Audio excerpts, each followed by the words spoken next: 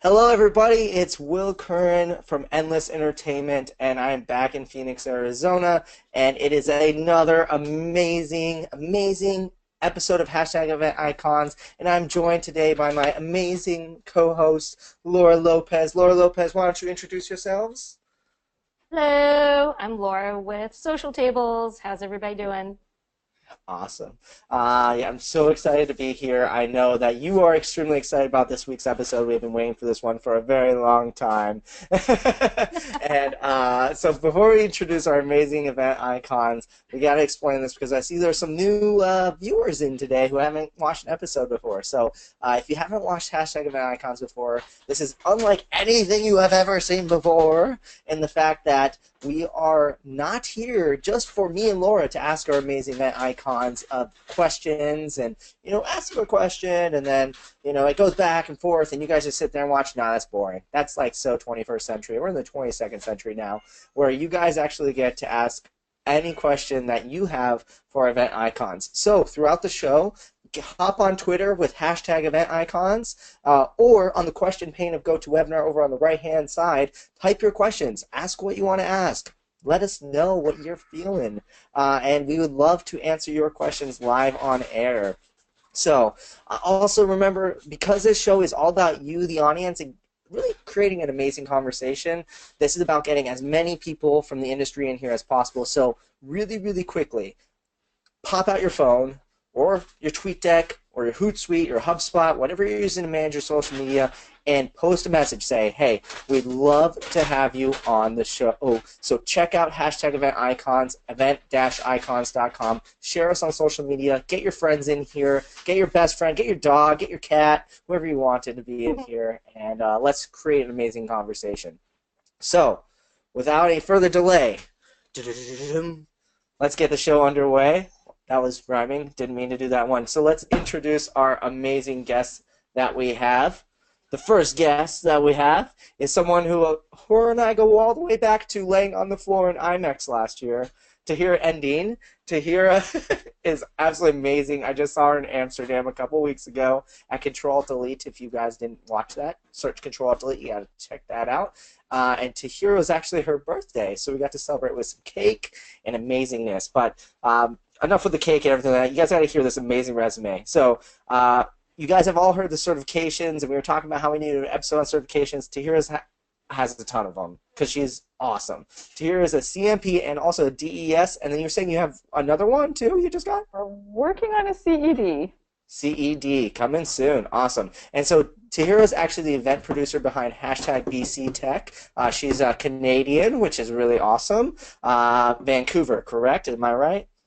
Yes, and I love Vancouver. It's beautiful this time of year. She's been a MeaningsNet changemaker, top 30 hashtag CMP influencer, one of the top 5 women in hashtag event tech. Lots of hashtags going on right now. And in 2015 was inducted into the Media Incentives Canada Hall of Fame. So we got a Hall of Famer for us. So excited to have you. Thank you so much for being on the show, Tahira.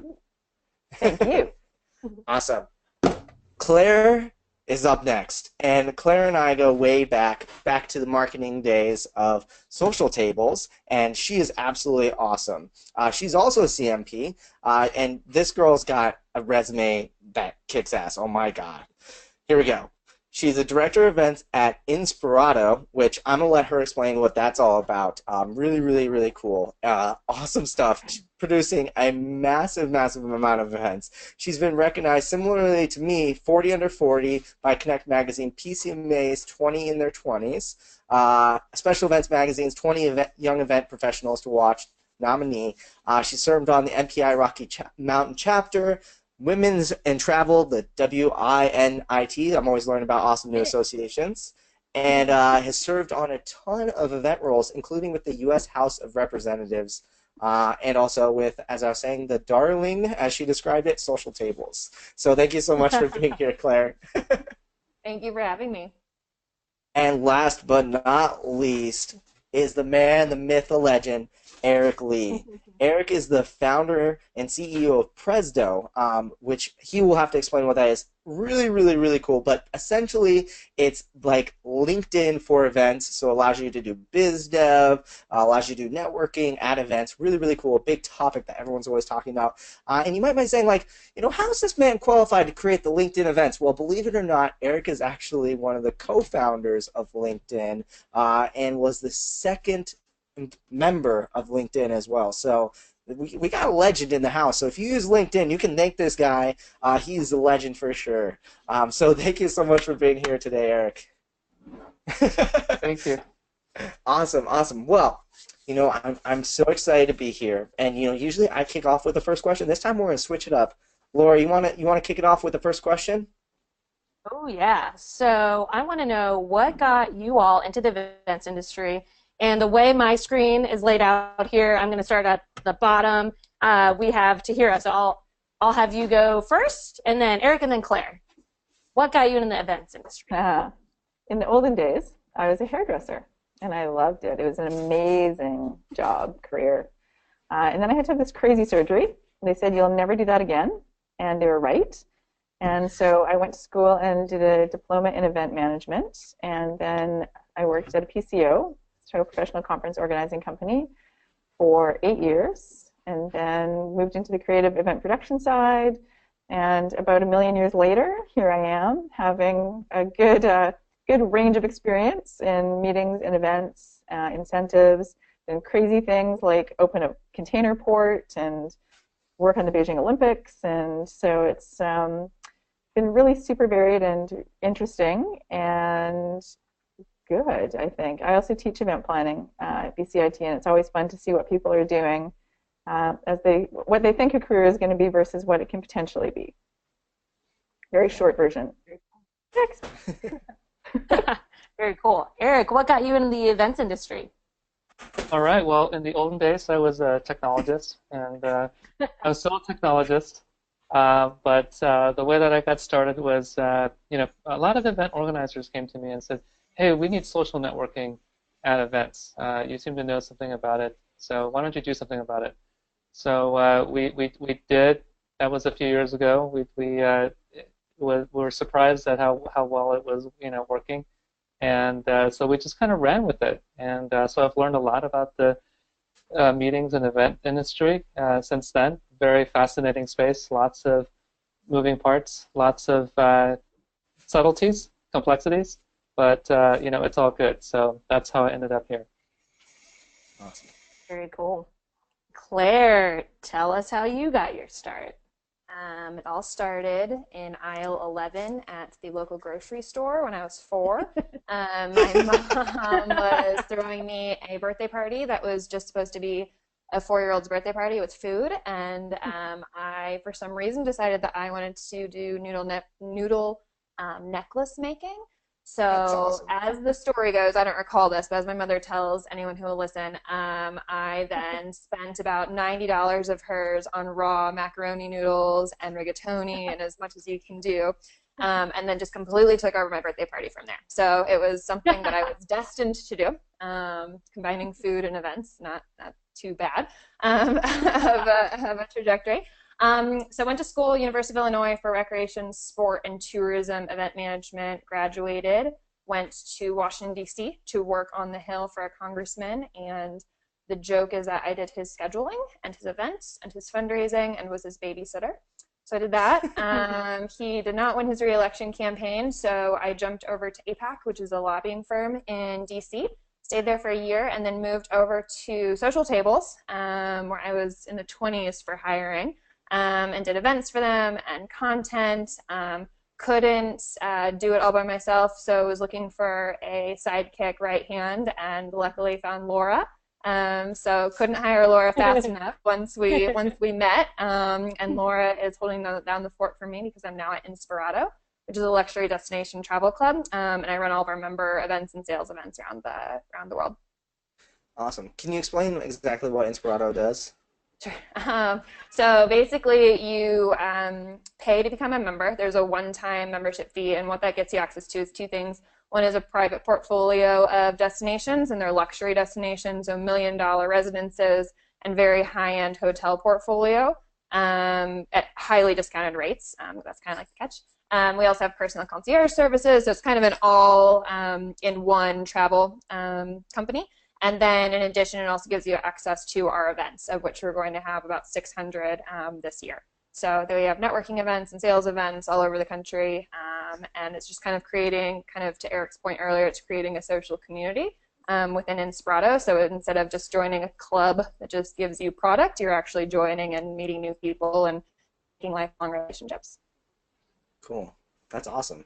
Well, I think you guys are really, I mean, like, you guys are rock stars completely, and you guys have the experience to be able to talk about this topic that we really wanted to kind of bring up, and it's been kind of something we've been teetering around in a couple different shows, but we really wanted to dive deep into it a little bit more in this show.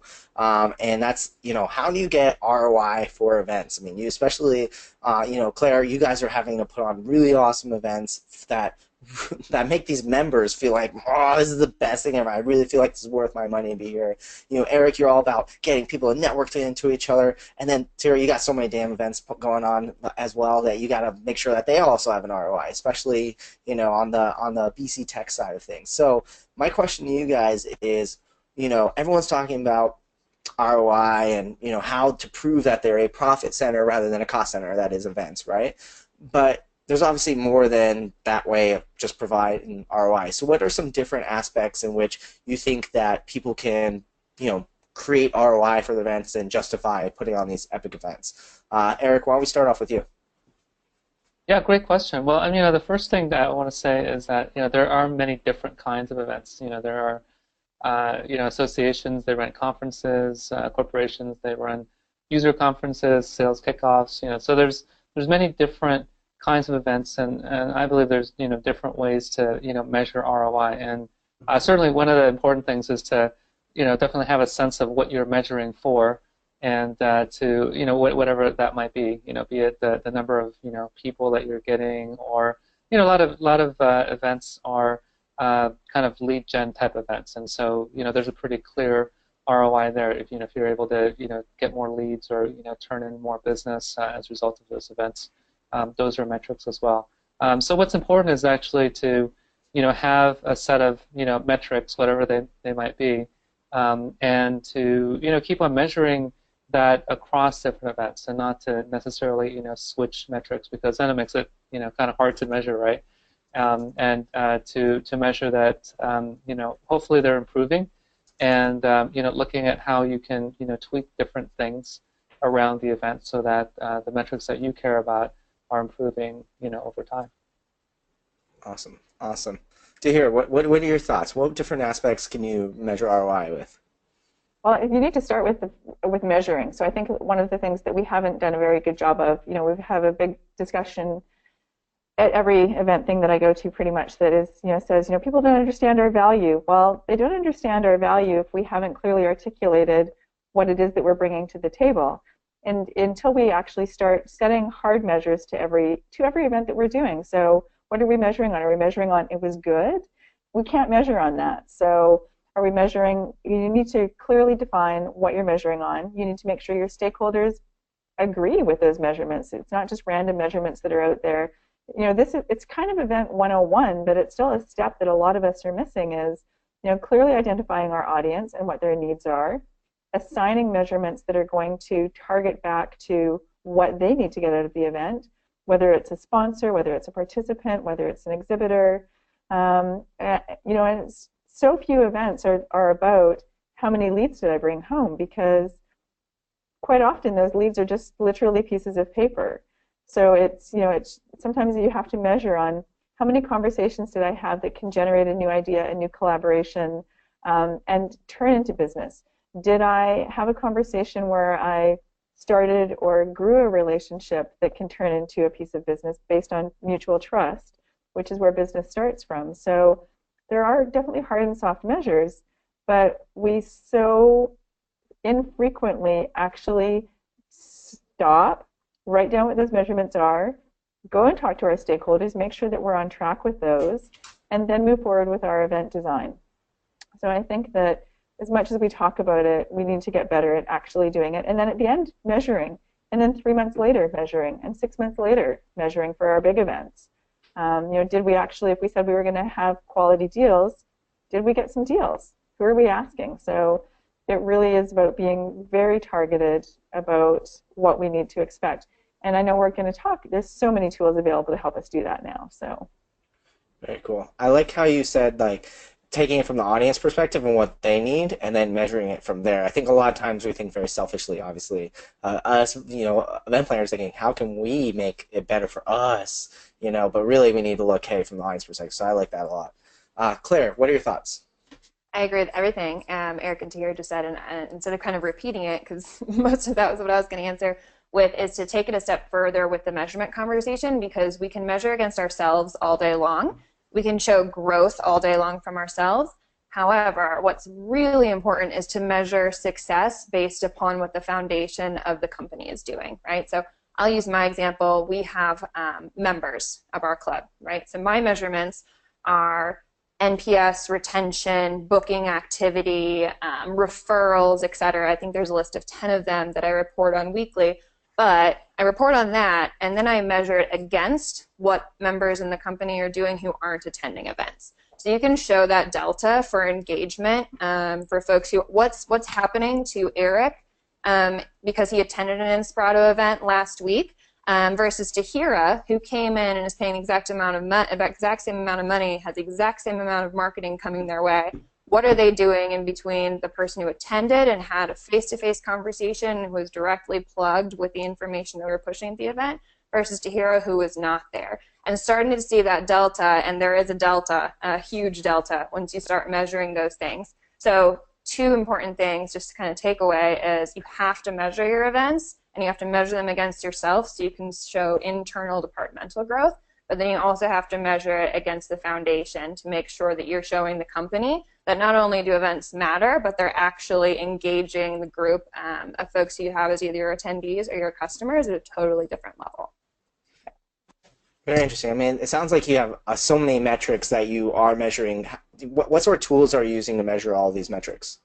I use Salesforce for everything. I'm surprised Salesforce hasn't rolled out its own true event platform. I think they will soon. I think I told Laura that 2 years ago when I went to Dreamforce that it's only a matter of time. But I mean, literally everything is tracked in Salesforce, from the cost of the event to our invoices to the attendees who receive the invite via email to a phone call. So we change them to invited. If you RSVP yes, you get changed to RSVP yes. If you back out last minute, you're a dropout. If you attended an event, you're attended. And then it's really easy for me because of that CRM to then go back and say the impact of this campaign was that 60 days later, 30% of the people who attended had booked trips at a rate that is 13% higher than people in their same group or their same territory that did not attend an event. So that's me because I have the benefit of using Salesforce, but there are so many great CRMs and you can do it yourself even if you have an Excel document. So for those of you who don't have access to that type of tool, it'll take a lot of work to get it up and running, but you will thank yourself day after day for putting in the hard work to be able to do those measurements. Well, and how many don't have even a CRM? I know when I talk about event technology quite often at conferences, and I start off talking about the business of running your event company and say, okay, so who's using a CRM? And literally, it is generally about 10% of the room. So even if we assume that some people don't raise their hand because they're not hand raisers, we're probably still only at about 20% of people even using a tool, even Excel, to say, whether it's your own company or other people's events, how are my events doing? But also, how is my business doing? Where am I getting my clients from? Where am I? Are the clients that I consider my best clients because I like them actually my best clients because we're bringing them the best value as their event planners by watching their events grow? And are they the ones who are, in turn, then we're growing together? So it's so uncommon to. I had this conversation earlier with somebody today who is battling in a production company in a production company with a sales team. How do we? I have Salesforce and they're not using it, so I can bring them more leads, but nobody's going to know. Yeah. So it's about starting to use those tools that we have available. Absolutely. I mean, there's so many that are available now that are free too. On top of that, it used to be, it was expensive to set all these things up, but now you could totally utilize. You don't even have to have the, like, I know Salesforce is really expensive, but there's free CRMs out there for sure that you can at least start with, right? So that's really, really, really awesome note here. Like, on that thought, are there any tools that you're using to measure ROI at your events? We use a whole range of things, but our particular event is what we're ultimately measured on at the Innovation Council is jobs created. So we have a whole data analytics team that use a variety of tools that are, my forte is making sure that I create an event that speaks to our multiple audiences. Their forte is making sure that we measure it. Interesting. Very interesting. Eric, I think people really, oh, go ahead. Oh, yeah, I was just going to say, Tahira, when you chat with folks who don't have a CRM and they're struggling with measuring the ROI on their events, what do you suggest that they do? If it's somebody's just, maybe it's all manual or it's just like all over the place, what's one way to bring it like all centralized? You just need to start somewhere, right? Mm-hmm. So I think that, we've been using these tools, pick a thing. In this case, it's ROI, but whether it's sustainability or how we feed people or the kinds of, whatever it is, you just need to start somewhere.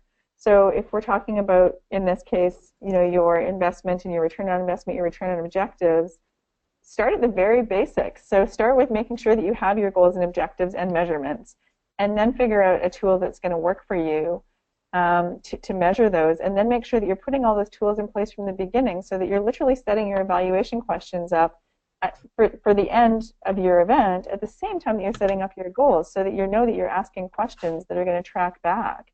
And whether you're asking them live and in person, in focus groups, through a mobile app, through a survey system, through a post-event survey, through SurveyMonkey, through the metrics like Claire is using, just start taking those steps to start to measure. It's the only way we can show our value and prove the value of events.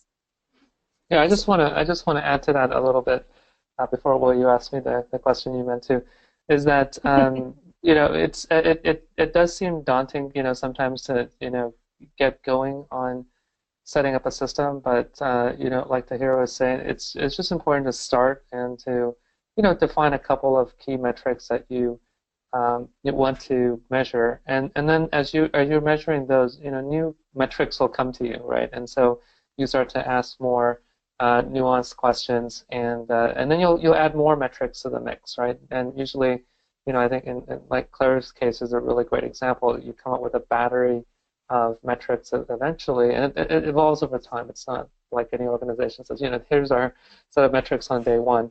But it'll evolve over time, and you can track those things. You'll ask new questions, and you'll learn about your objectives and your business and where you could tweak things to help you improve things. And it's always an evolutionary process. So even though it may seem daunting at the beginning, it could start in a very simple and not so painful way.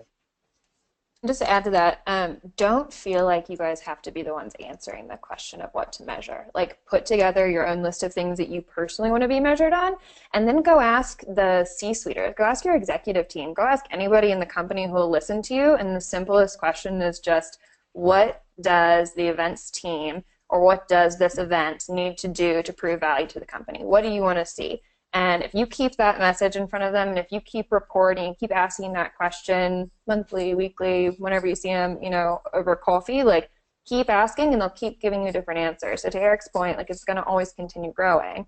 And I think it's very appropriate that Eric was the one that said to just start somewhere, because Eric was employee number 2 at LinkedIn. Is that correct? So they started somewhere. LinkedIn didn't start being a, I don't know, are you guys at billion users at this point, Eric? No, they didn't just start somewhere.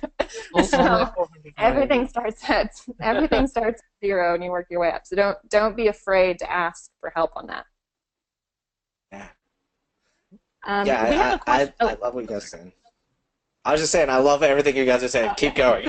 Oh, sorry, yeah. We have a question. This is actually going back to the CRM discussion. This is coming from Karen Lyons. Thank you for joining us, Karen. Which CRM do you all think is most suited for events? I don't think we need a CRM suited for events. We need a CRM that's suited for our business. Ah. I like to take a shot at that. I mean, one thing to realize, I mean, I just, realized recently is that, I mean, events are so important to a company's marketing. There are studies out there or surveys out there that say that, events are either like, the biggest budget item or the second biggest budget item in a company's marketing budget. And so, like other people have indicated, it is part of marketing, and yet there's just there's really a lack of measurement, around this very important and significant activity, and so it ought to be measured with tools that are already being used inside of an organization. So there are tools like Salesforce, that are really good at encompassing a lot of marketing activities. They have a platform basically that you can plug a lot of different things into,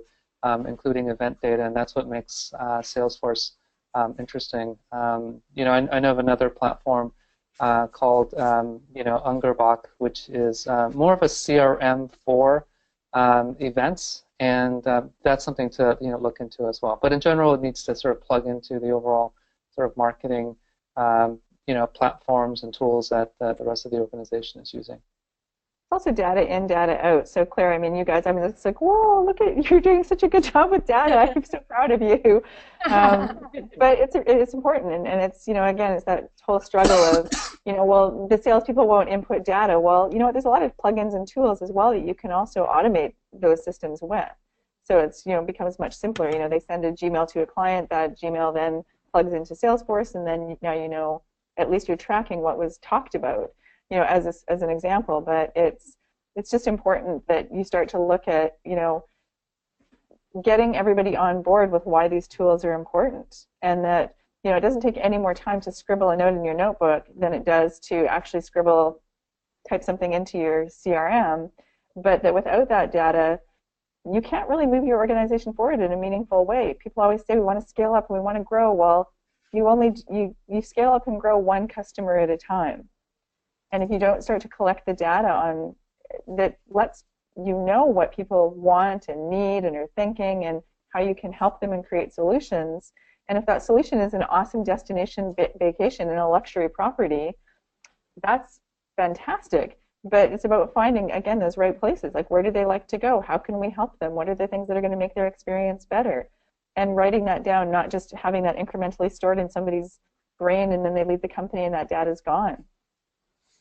And I think there's a challenger sale component to it, right? So if your company's not going to take the time and the money to invest in the events program, you certainly don't want to do this if you don't have an option or don't have a game plan for plan B if this question gets answered in the correct way. But if a company is going to spend even $20,000 on events, not including your salary for the entire year, that's $20,000 that the company is spending on events that they could be spending elsewhere. Sales teams, marketing teams, member services teams, all of them have goals that they have to report on every single day. I can't name a single company that doesn't have that. And I think it's funny and it's kind of ironic, right? That we want to report on stuff and the company wouldn't invest in that when all we're trying to do is show the company that $20,000 is well spent. That they were actually, at the end of the year, you can prove that $20,000 generated X, Y, and Z. So the challenger sale is simply boss, manager, CEO, if you do not want to invest in events and you do not want to take the time to give me the tools that are necessary to show you how much events impacted, you shouldn't even have events. You shouldn't have an events program, and I'll walk away and I'll go find a company that does know how to do it. Again, don't do it just on a whim, and certainly don't do it when you're mad at your boss or something. But think about it in that way, right? No one's just going to give you a $20,000 check and say, go have fun. I don't expect any reporting on this, or I don't expect you to use a portion of this to go buy your own tools to do the measurement. Put together a strong plan about it, and if you have to do the measurement by yourself and by hand manually and not ask for help from other departments, then do it while you're small, so that when your company starts getting bigger, or there's a little windfall of revenue that gets pushed your way, you can start plugging it in and making a bigger impact. That was an amazing transition into my next Yeah. question that we were coming Oh. in. That was why do you think more internal stakeholders aren't aligned with hosting events? Like, why are people so opposed? I mean, obviously everyone here, a lot of us already have events going on and everything, but some of us join organizations or want to have events, but just no one wants to let us have events. So, Claire, why do you think there's this fear or anxiety for it, or what do you think? Why aren't stakeholders aligned with having events? I think stakeholders can be defined in a couple of ways, right? So stakeholders being the people who you're working with to help put on an event, and then stakeholders meaning like executive team, right? So I'll focus on the people who are helping you, your sales teammates, your member services teammates, etc. Human motivation is intrinsic. Like people have busy lives, and if you're on the sales team and you have goals to hit all month long, and then all of a sudden Laura is coming to you and saying, yo, I need you from 5 to 9 p.m. On Thursday night, and I need you to put in data into the campaign, and I promise it's good for you, but like I'm not going to give you much more context or like show you like how you personally impact this. Nobody has time for it, and it's not a fair ask to say to someone, I need your time, and I don't need anything else from you, right? Like I need your time, but I'm not going to empower you to go up there and to talk to someone or to talk to the entire group. I'm not going to train you on how to walk up and have a conversation with somebody. There are a lot of us who are very social and outgoing and who freeze when they talk to somebody new, or when you're trying to get into a little circle of people who are all tight-knit and talking and having a good time, and like the big fish is one of them, but you don't know how to tap a shoulder and get in and not be awkward. Like train people so that they're not afraid to go up and make those deals. Tell them, how they can help with the events, and ask them to participate in the planning process. Like empower them to understand this event is a tool for them to close deals or to find referrals or to increase an existing customer from one level to the other. Teach them. Like we make the assumption that people know what we do all the time, and they don't. I couldn't do a salesperson's job ever. I couldn't just go be thrown on the phone and say, go call 40 people all day. If somebody asked me to do that, I would be like, nope, thank you. Nope. So I think there's two things that you empower them. Yeah, I think there's two things that you just said that there's sort of two words that came to mind. One is intention. So figuring out what the intention of the event is, and letting people know what it is, and measuring the impact, right? So there's two things of how can you impact it, why are we doing it? And You could invite even them to reverse it, right? participate. Like, why do you guys think we should have an event? Couldn't an event be helpful to your sales goals this month? What do you think, Eric? I think the other thing is that events are these tremendously expensive things, right? They're really expensive to do. They're kind of major endeavors, and they're very complicated too. To put together an event that's interesting, that provides great experience. There's so many moving parts, and for organizations that haven't done events before, it's a really large endeavor. They have to, it's like everybody pitching in and basically and doing it. And then for those organizations that have done events, for a while, they're kind of going by inertia, almost, kind of doing the same things.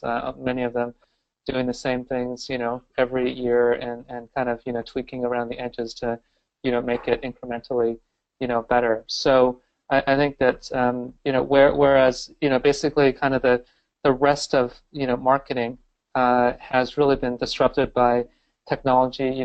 There's lots of ways these days to, get online and to put an ad up on, AdWords and, test that and do it pretty cheaply. Events are these kind of major commitments and investments that you have to do, and so I think the whole conversation around ROI, around events, really does need to be had in those organizations that are not already doing events, because it's such usually it's such a kind of a large kind of chunk to bite off. Of course, it's possible to start in very small ways, kind of dip your toes in the water and then kind of grow bigger. I've in our work with event organizers, we've heard so many stories of how, people have started, in a very modest way in the first year, starting with very small events, and then just kind of really developed a life of its own. And now, they're at a point where, they've got to limit the number of people who are, attending because they just can't manage the size. And those are great stories, right? It's always inspirational to hear those things. But it can, be starting small and growing to something that's much more major. Great. So we have another question from the audience. I'm very excited about this one. This one comes from Brady Miller. We love you, Brady. Thank you so much for tuning in. And if anybody else has a question, please feel free to throw your question in the questions pane. But Brady asks, and this is like a twofold question. Do you think event professionals get lost in the process of trying to track or prioritize their business relationships? So kind of going back to what Claire is mentioning, we have different stakeholders that we need to sort of show the value to. In a B2B CRM, in addition to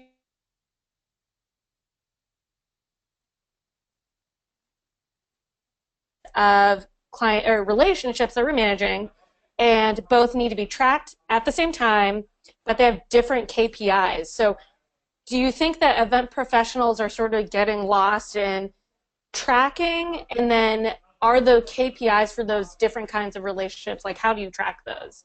And Brady, feel free to hop in the chat. Let me know if that covers your question. But I guess, Tahira, we'll start with you. That was a lot to start with. I'm not even sure where to start with that one. I think it's a better. Let's start with Claire on this one. Oh, thank you. That's Nice reader. Thank you. Thanks for that hot potato, Brady. Appreciate that. I don't know how to answer that question because I have always been very fortunate that the people who I've reported to have given me very discerned KPIs and one group of them. So I've never had to have one stakeholder who's expecting one thing and another stakeholder that's expecting others. I would imagine, however, yes, I'm sure many people are stretched incredibly thin, especially because so many of us are constantly being asked to do more with less, and less often means bodies, and less often means not as much, money to spend, and it means longer hours, and it means burnout. So, Brady, my answer to you is I personally don't have that experience, but what I think I would do in that situation is just get those stakeholders who expect different things from me together in a single room and outline, the two different priorities that are either at some points complementary or not so much, and just see if we can get on the same page. I don't think anybody chooses to make someone's life more difficult. So I think if you can lay out something, of a plan where both parties are in agreement that that information is good, I would imagine if you do it right, people wouldn't be opposed to that. I think By the way, it's some people also would differ that the AV companies try to make people's lives more difficult. So Coming from the AV guy. Tahira, go ahead. Sorry, totally interrupted you. I think, we often have different and competing KPIs for sure. So it for me, it always goes back to what is the audience experience. So we have stakeholders, 100%, but it's also the reality of an event is to have an event, you need to have stakeholders who will invest in it, whether that's monetarily, time-wise, whatever it might be, resources. But we also have audiences, and we often have more than one type of audience. And so we do need to always take it back and say, okay, so what do people really need? And because I think that quite often what happens with our stakeholders or with event planners is we get mired in what we think and we don't ask the questions. And so I think it is what you just said, Claire, is going back and asking the questions of those, so what are the things that are going to matter? At the end of the day, and I almost hate this term, but it's like, what does success look like for you? But that's important to understand is because success looks differently for everybody. And success is almost never tied to, I saw a question from Karen that said investment is always defined in monetary terms. I've rarely worked on an event on any side as a supplier, trying to get leads, trying to satisfy sponsors, where the monetary is the key KPI. It's very rare. As long as you're not losing money, generally it's fine. So it becomes about, would they come back? Did they make a deal? Did they have the right conversations? Did we create a space that really worked for them? So to define that, we talked a little bit at the beginning about return on investment versus return on objectives. And I think that they're kind of the same thing. We can call it ROI, ROE, ROO. It doesn't really matter what those letters are. It is about defining, quite often for more than one segment, but always tying it back to what, at the end of the day, what does my organization need? So almost no matter what side you're on. And I think that many of us also sponsor events. And so when you look at an event that you're going to sponsor, you're going to run through a set of things like, do I get a speaking opportunity? Do I get a booth? Do I get never in that criteria do you say, am I going to get 23 leads out of this? So you're always looking at some bigger picture things that are going to be those parameters that are going to help you drive to that next business relationship. So it's finessing what's going to be the right thing, and it's always going to be different. I've never worked on an event where it's going to be the same. And then on that note about relationship building, and we'll start with you, Eric, this time.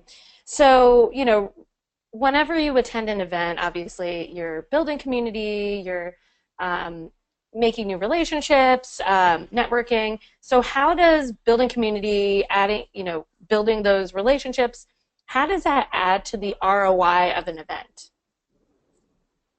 Wow, that's such an interesting question, Lauren. It goes back to the previous question in terms of different objectives that different stakeholders have. And of course, I think from the attendee side, or let's just use the term attendee in a very broad way in terms of actual attendees and also sponsors and exhibitors. I feel that they are they're primarily or in large part for those relationships, and that's what they're going to ultimately get out of events, the relationships that they develop, the relationships that they nurture, and that kind of ongoing conversation that goes on way after the event is over, and hopefully some of those relationships will get nurtured some more the next time the event comes around or in some other channel. So the relationships are, I think, for us, because our company is in the business of fostering relationships at events, is tremendously helpful. And just to kind of draw one contrast and as to why maybe relationships might be even more important at events, is that there's a large part of events these days that concerns content or education, right? That people talk about the main purposes of events, whether it's going there for the content or education or for the networking. And one of the interesting things that's actually happening about education is that you can actually get a lot of that in digital form nowadays. You can you can watch an event after it happens. You can get a lot of content that happens that can be consumed outside of events. And so I know that planners spend a lot of time on the education part, and they spend a lot of time on the experience part. But we sometimes wonder, well, what is the ROI of that, right? If you can get it in digital form, but you can't get the relationships, nowhere near the quality of being in there in person, the face-to-face interactions. I mean, there's a lot of talk about that, and I believe that, because you can't beat that. You can't replace that. In digital form. So you can only get that at these live events. And so the ROI really does come from we believe the relationships part of events. I always look at it that the content is going to be the thing that so you can take the content to your boss and say, I need to go to this event because this is the content that I'm going to get out of it, and this is what I'm going to come back with. I'm going to learn X, Y, Z, and I can apply it in ABC to our job. Once you get to the event, though, you're 100% right. It's you return from an event. You don't necessarily remember more than 2 or 3 nuggets of things you can apply, but you certainly remember the people that you've started to develop a relationship with. And it's going to be often those relationships that then are going to turn into those next ideas, those next business sales, those next whatever it is that you need in your business. And I think that it's difficult to measure that. And no boss is going to say, yes, you should go to that event because we think it'll be really fun. So, and then if you look on the other side, I think, and correct me if I'm wrong, Claire, but I think probably the events that you're doing, being member events that are designed to really get people more inspired to book more luxury, is a different thing. So, it's really what you're looking at. And again, I don't know, I'm just totally taking a shot in the dark here, but what you're looking at is using that sense of community and that sense of tribe and that sense of we're all in this together, and together we're going to create these more interesting experiences in our lives, which is a wonderful place to be in if you can be at that place in your life. But nobody wants to have an experience alone. And so you're able to get people into a place where they can share that. And yes, it's easy to measure from a business perspective in that they booked. It's a little bit more difficult to measure, as in, well, why would they come? Well, they're going to come because we want to belong to things. So whether it's any kind of association, and then with tools like what you're working with, Eric, with the Presdo, it then gives us a digital base now that we all carry these around all the time. So now if I have a digital base that's going to allow me to connect with people before, potentially during, to really find, are you standing by the green thing? And then after, it gives us a way to, combine human experiences, technology, CRMs, all of those things. It's so not cut and dried anymore, but we can't look at ROI or technology without really looking at the humans who are the base of every experience. Yeah, and I'll just wrap it up with this, which is, as you grow older, it gets harder and harder to meet new people. And it gets harder and harder to find new outlets for people to bounce ideas off of. So going to an event does two things. It introduces you to people you would not otherwise be introduced to that you share a heck of a lot in common with. So either business or becoming a random friend. At Inspirato, to your point, it's to get people together so that the family who can afford to go on these luxury vacations but have two little nuggets that they're bringing with them everywhere, so they can go meet another family who they could maybe travel with, or so that they could hear about one family's travel and how great it was, and so now they're going to go to that destination because they know they have trust in the product and in that space because they've heard it from someone. So it's that twofold part. It's meeting someone, and then it's also it's about almost having validation of the content you learn about, right? So if I read online on a banner ad that Presdo is an amazing piece of technology, I'm going to have that impression and look into it and say, okay, this looks great. I'm going to go read the case studies and see the customer reviews, except for the customer review is probably going to say something like, Presdo is the most amazing new event technology tool that I've ever experienced. Tahira E. user. So I'm going to say, awesome, well, they've got some good users that really like them, but then all of a sudden I'm running into Tahira in person, and she's going on and on and on and on and on about it, and now there's a personal connection, and now I don't feel so kind of out on my own on a limb about asking a company or about asking myself to put my trust in a specific product. So it's almost about walking out of a presentation and listening to the Q&A and asking somebody, have you done this? How do you do this? It's what we're all talking about right now. Everyone who's attending this webinar right now. All the things that you said, Claire, about Presto is true. So thank you for that.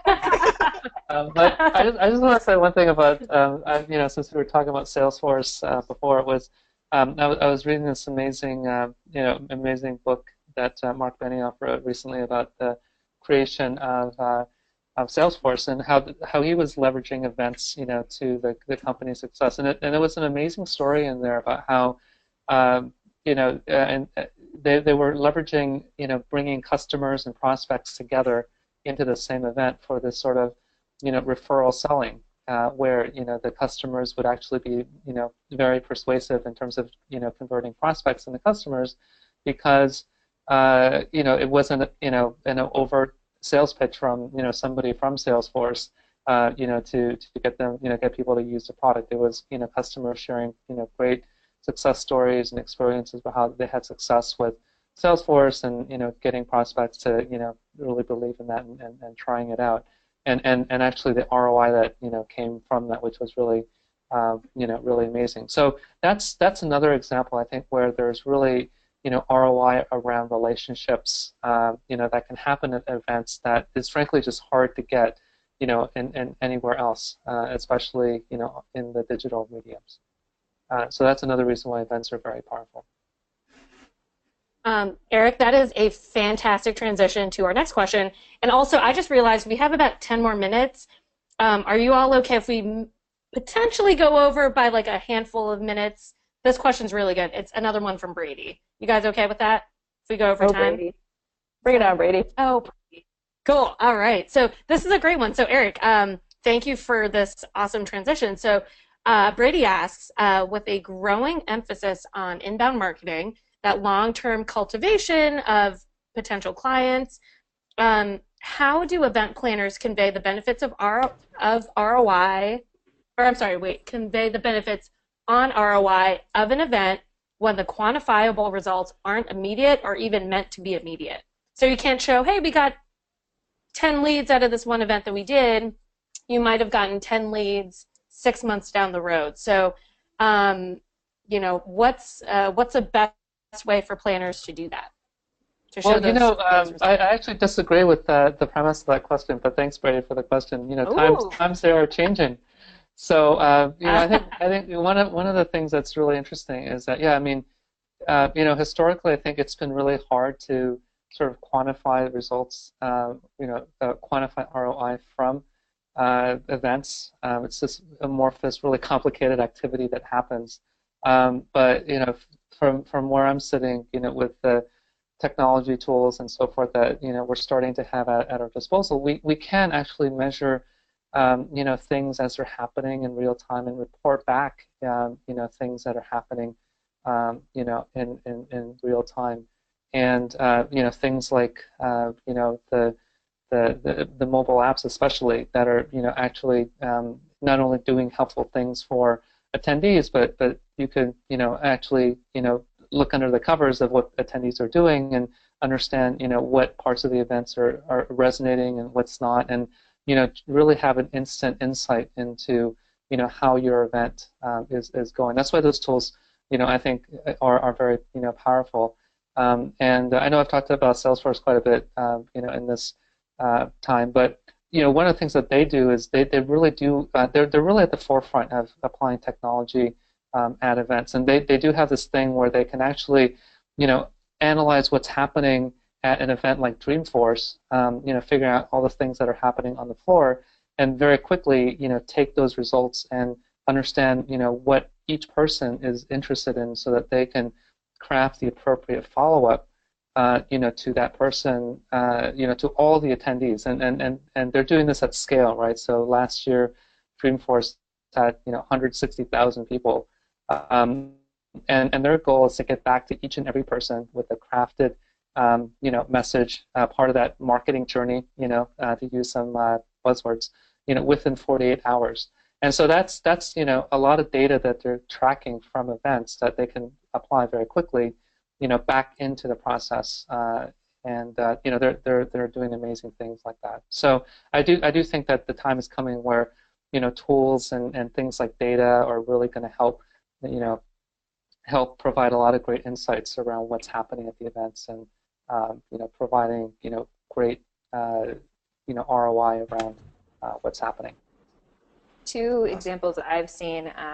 One, when I worked at the lobbying firm, we did a massive event at the Washington Convention Center, and we were using, I can't recall the name, so I'll have to get back to you guys on it, but it was a heat mapping tool, and we basically had like an AV nest, and we were watching the heat maps of people about where they were going in terms of traffic flow, so we could start opening up elevators or closing down elevators that weren't working, or sending staff somewhere that very clearly there was a backup so that people weren't super upset. So that was really cool.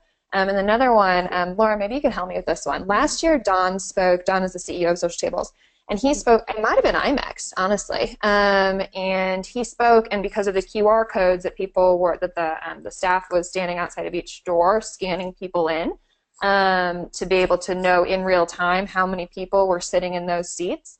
Because of that, and because of the popularity and the response of Don's program, about halfway through his program, they decided to add a second program of his to the following day that wasn't originally on the schedule. So small things like that can make a crazy impact, because I'm disappointed attendee that I can't get into this really cool, really awesome education session, and then all of a sudden I get a push notification on my phone that says, sorry, we weren't able to accommodate because of, of how much people want to see him. We're going to bring him back tomorrow. So, sign up now, you get the first choice. I think that was MPIWEC. That was. Oh, yeah. Ooh. Yeah, those are just two examples, but the tools do exist, and to Eric's point, they'll grow. They'll keep growing. And we just need to keep using them. Like that's the biggest barrier is, people say, oh, yeah, everyone's using mobile event apps. Nobody's using mobile event apps. So people are going to keep using them. For God's sakes, everyone arrives with a smartphone. Everyone has a badge on. Let's use these tools together and do those and use the tools that are available to us. And not in a creepy, weird way, but in a way that allows us to make sure that everybody has that best experience. Responding to them on social media, watching the heat maps and seeing how they're moving. What are they eating? What do they want to eat? What are they drinking? What could we be doing to make something better? Do they like the entertainment? Is it too loud? Is it too quiet? Whatever it is, we have all of these tools that are going to create and ultimately, if you have a better experience, you're going to give better evaluations, and you're going to be more likely to return the next year. It's really simple. But we need to use the tools that are there. Awesome. So we have so many questions that have been coming in. It has been awesome. So we have to wrap up. So I always want to wrap up with our last two questions that we have. First being, what is your one tip that you have for planners in 2016? So for example, one question we couldn't fit in at the last minute is Cody O'Malley had a question of, what's the #1 obstacle event planners are running into? So why don't you kind of tie us into what's your one tip to avoid a huge obstacle you see event planners running into these days? We'll start off, Claire. Why don't you give us your one tip for planners in 2016? Why do I have to keep going first? It's not fair. One tip for obstacles. Gosh, you go a million ways with that. You guys had kind of prepped us with that similar question, and the thing that just kept standing out in my mind was just to keep asking yourself, what are you not doing that you could be doing? Who are you not talking to that you could be talking to, and who doesn't know the information about the success of your program that should? So those are 3 questions that I think will help you go around obstacles or get to someone who can help you with it.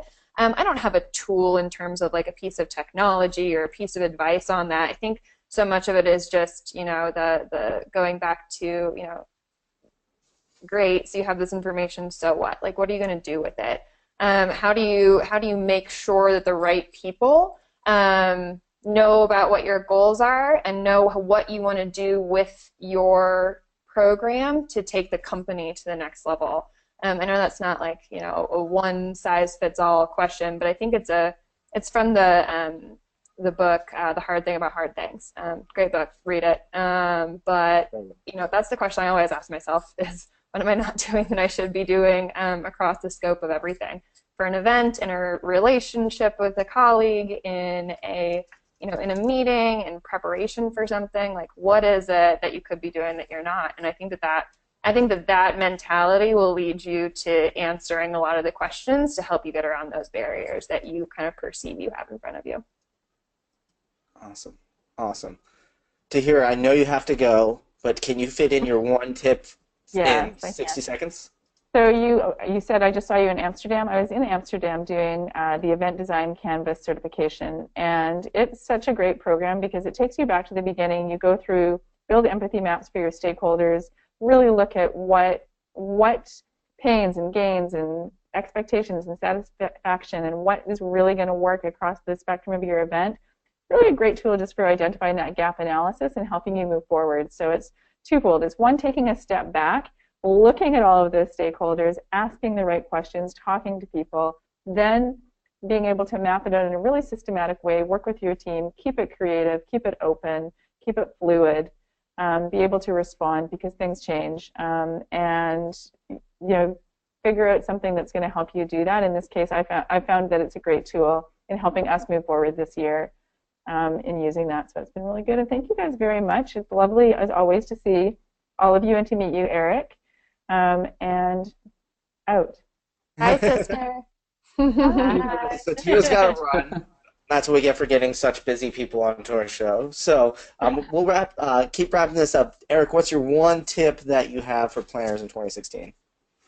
Yeah, so this goes back to the whole topic around ROI on events. And my advice is to try to develop a multi-event perspective on events, because I think ROI really comes when you can look across multiple events and focus on what are you going to have as goals, or what do you want to achieve some years from now, and from where you are right now. I think a lot of event organizers are it's very intense to plan an event, and they're exhausted by the time that event is over. And there's a lot of kind of learnings that maybe get missed if you're just looking at events as these sort of point projects that you keep doing in the similar ways from one year to another. But to just have a trajectory in mind, and that'll help you kind of see the future and what you need to do today to iteratively get there from one event to the next and so forth. Awesome. All right. So my spitfire last question that I have for you guys. So because everyone's always getting really excited about new links and tools and resources and things like that, I want you guys to share what are your guys' favorite resources right now. It could be a book, it could be a piece of technology, it could be throat lozenges because I have a cold. Whatever it may be. Why don't we start, Eric? You're a really tech savvy guy. What's your favorite resources that you have right now? Well, I was just saying that I really recently became a fan of this book that Mark Benioff wrote. It's called Behind the Cloud.